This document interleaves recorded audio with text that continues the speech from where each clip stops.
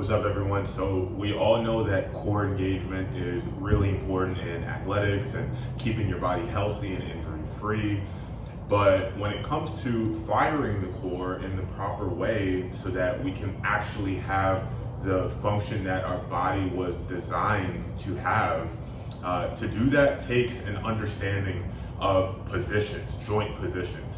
And in this video, I want to go over exactly how to position your joints, your entire body, the entire chain, in order to fire the core in the way that it was designed to, as I said. So I'm going to take us through a couple of different progressions, starting with the easiest one and then jumping up to some more difficult ones that you guys can try out. But again, most important thing is the cueing, the intentions behind these different exercises.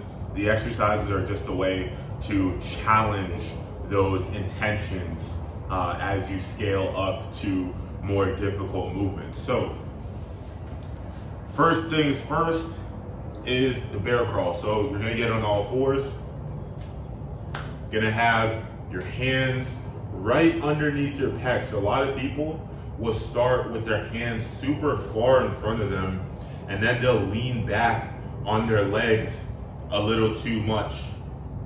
What I want you to do is get your hands directly under your pecs, and that's gonna allow you to utilize your pecs a lot more. Instead of putting a lot of the strain on the shoulders like most people do, you're gonna be able to come through, push through the ground with your pecs. So the way that you're gonna do this, get your shoulders in position, that is to really find a nice elongated spine position.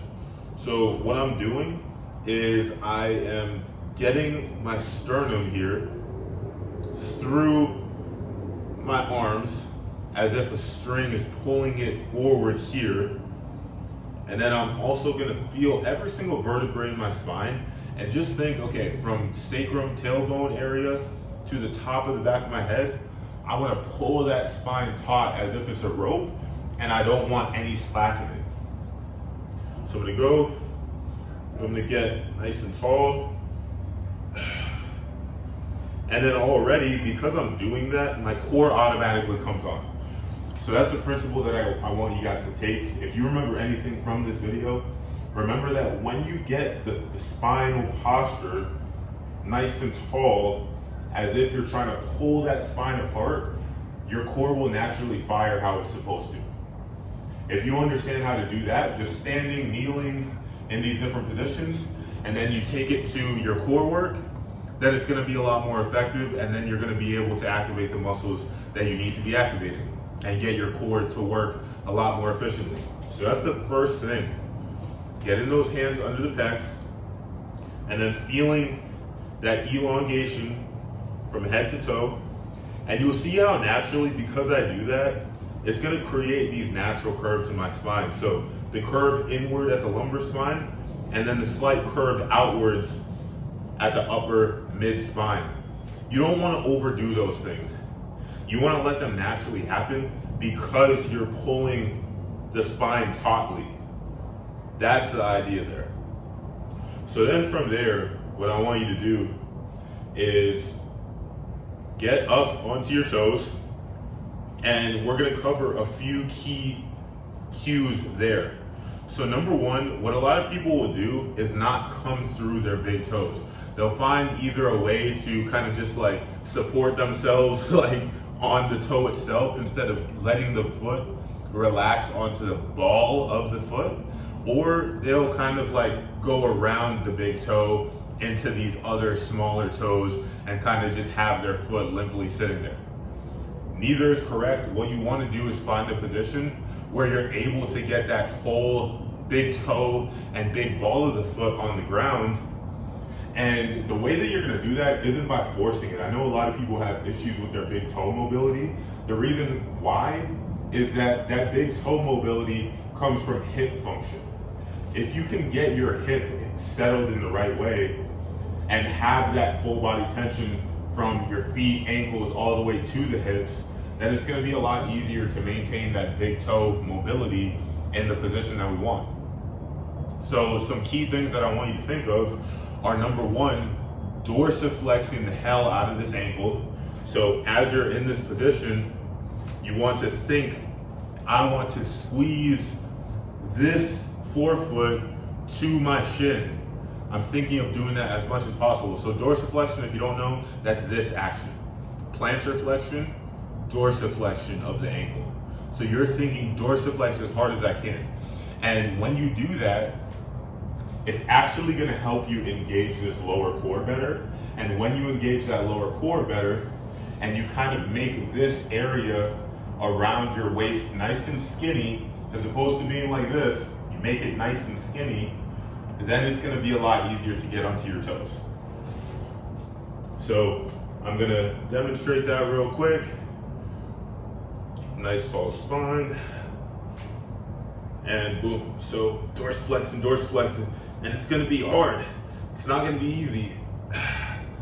It should feel like a challenge to do that. And you should really feel your quads come on like crazy as you do that.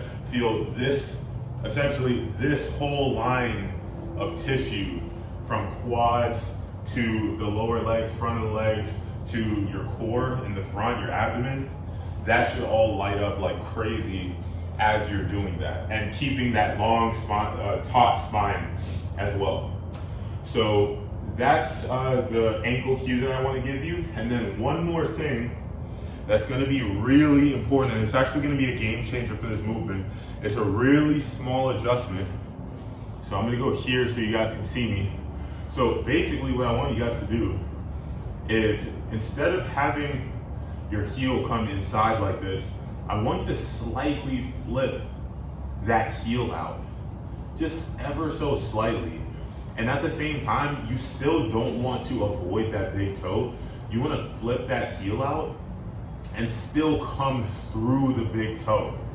That's gonna be key. You don't want to avoid the big toe, come through the big toe, although you're kind of flipping that heel outwards a little bit. And that's essentially gonna get your feet in a perfectly straight line. Because if I just stand here or show you from this angle, you can see that my ankle bones in this position are pointing perfectly straight. But my foot, it seems like, is almost jutting inwards. Now, whenever we're looking at a straight foot, we always want to assess the ankle bones, because the foot, naturally, the forefoot is jutting inwards. So that's the natural shape of the foot. So this is not straight. This is straight, again, because of the orientation of my ankle bones. So same thing when we're in that bear crawl position, we want to make sure that we don't have the feet slightly inwards. We want to make sure the heels come out ever so slightly, probably more than what you're comfortable with. And at the same time, we don't want to let the knees cave in like this. We want to make sure the knees are nice and aligned with our hips. And then the feet, same thing, the feet and knees and hips all aligned in a very structurally sound position. So that's the last cue. And what I typically like to do from here is just breathe. So I'll have some inhales, some exhales. So take my time getting into position, get everything nice and aligned. Make sure my hands are gripping the ground as well. Then from there, get up into position. And then from there, I'll just breathe. Closing your eyes helps as well.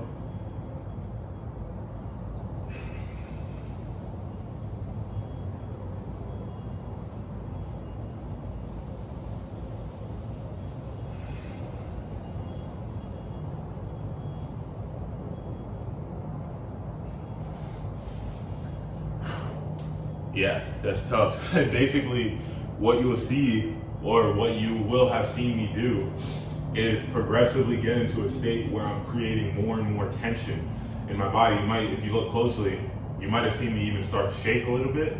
That's because I'm recruiting every single fiber in me from head to toe. I'm thinking about the cues that I just gave you guys, and I'm just locking them in more and more with my breath, connecting everything through my breathing, taking full inhales and exhales, and just feeling how that creates that tension all throughout, but it puts me in a more mechanically advantageous position, a more structurally sound position, and thus it's going to be a lot harder to hold.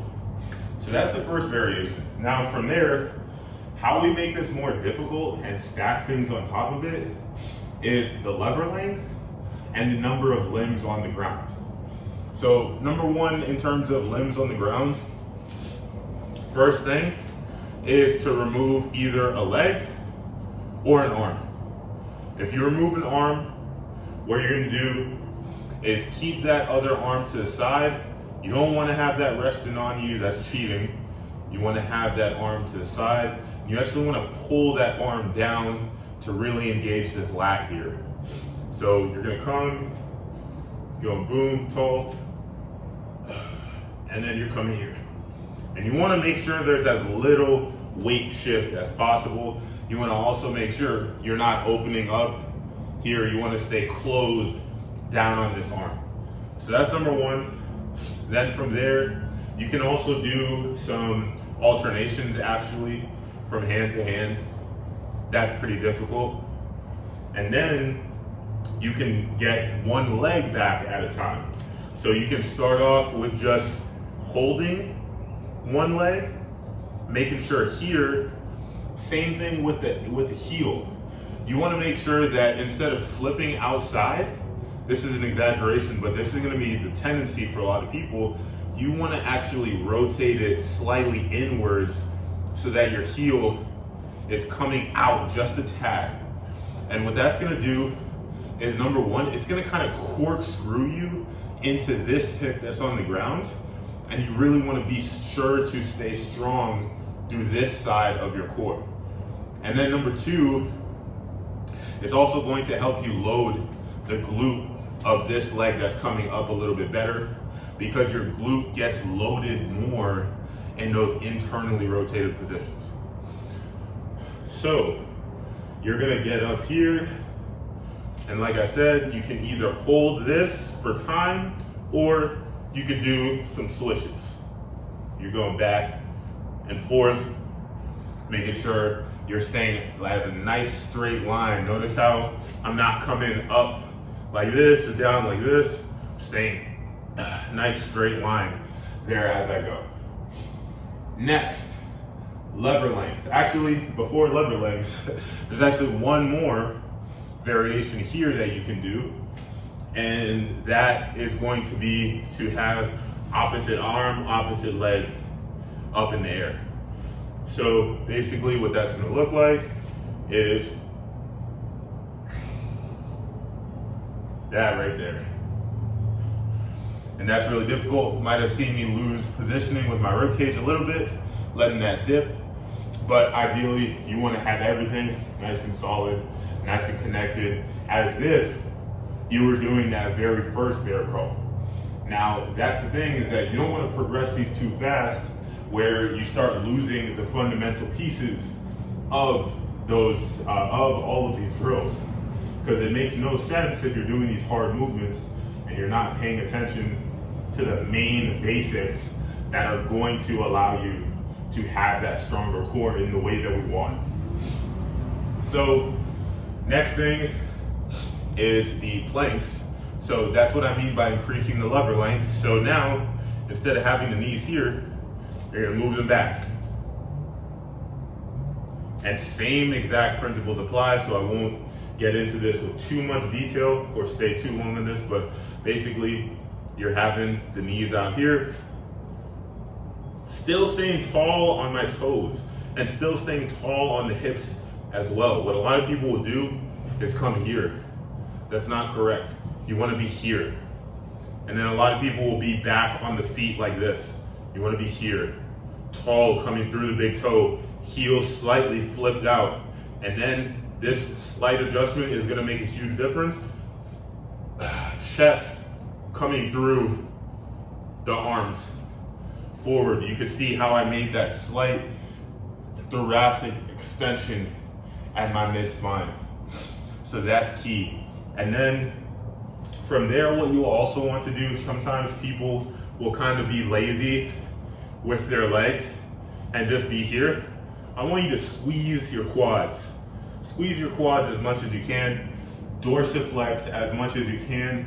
That's gonna carry up that tension, activation, all the way up into the front of your core, helps you engage that a lot more. So, yeah. And excuse me being out of breath here. I'm working up a sweat over here, but that's the plank, and then same rules apply. So you can get into a single arm plank. That's really challenging, where again, you have this arm to the side, making sure you're not opening up. You're making sure you stay nice and closed here. Same principles. Nice tall head and neck. Instead of going down here, nice and tall here, closed up, high hips, tall feet. And then same thing with the different variations. You can also have both hands on the ground and just taking one leg up at a time. And then of course the hardest variation, which is going to be to have one hand, one leg off of the ground, opposite arm, opposite leg. And then as a bonus, I don't have anything in here to really help you with that, but you can take a medicine ball, or you can take a physio ball, or you can take even a foam roller because of the way it rolls, and you can put that under your feet. Same with the bear crawl. You can put that under your feet, and it's gonna add another level of balance. So let's say you have a medicine ball, and I'm gonna do opposite arm, opposite leg. So what I'm gonna do is put that medicine ball under this left leg, and then it's gonna wanna turn me in all these different directions. So because of that, I want to push my weight straight down into the ground, and it's gonna help me stay a lot more stable in this plank position. Well, maybe not more stable, but it's gonna challenge me to stay more stable in that plank position. So that's about it, guys. I'll maybe go over some different variations, some more advanced variations in other videos, because you can layer infinite things on this. You can get into this plank or this bear crawl, and you can have a cable machine that you're rowing from. You can also do rows with a dumbbell here. You can do all kinds of movements, all kinds of different variations on top of this, but these are the most basic ones. I practice these just about every day. You can hold them for anywhere, honestly, from 10 to 30 seconds, because if you're creating that maximum tension, you really don't need to hold a plank for 2, 3, 4 minutes. Like, honestly, that to me is a waste of time. So hold them for anywhere from 10 to 30-ish seconds. Obviously, you can do a little bit more, but really maximally engaging is the way to go. No need to do more than a few sets, no more than maybe like 3, 4 sets. And what I like to do is either I'll do them standalone with like just maybe like a couple single leg stands or whatever. But I also like to superset them with more compound movements. So let's say I'm doing a squat, I'll hit the squat, and then just to give my mind another look at another movement and keep my core engaged, I'll then get into core exercise like this to really challenge my core as I'm staying locked in for the squat. So those are just some different use cases for this, but ultimately the programming doesn't matter as much as you refining your form and your technique. All of that will come with enhanced mechanics, with enhanced posture. So hopefully this was helpful, guys, and I'll see you in the next one.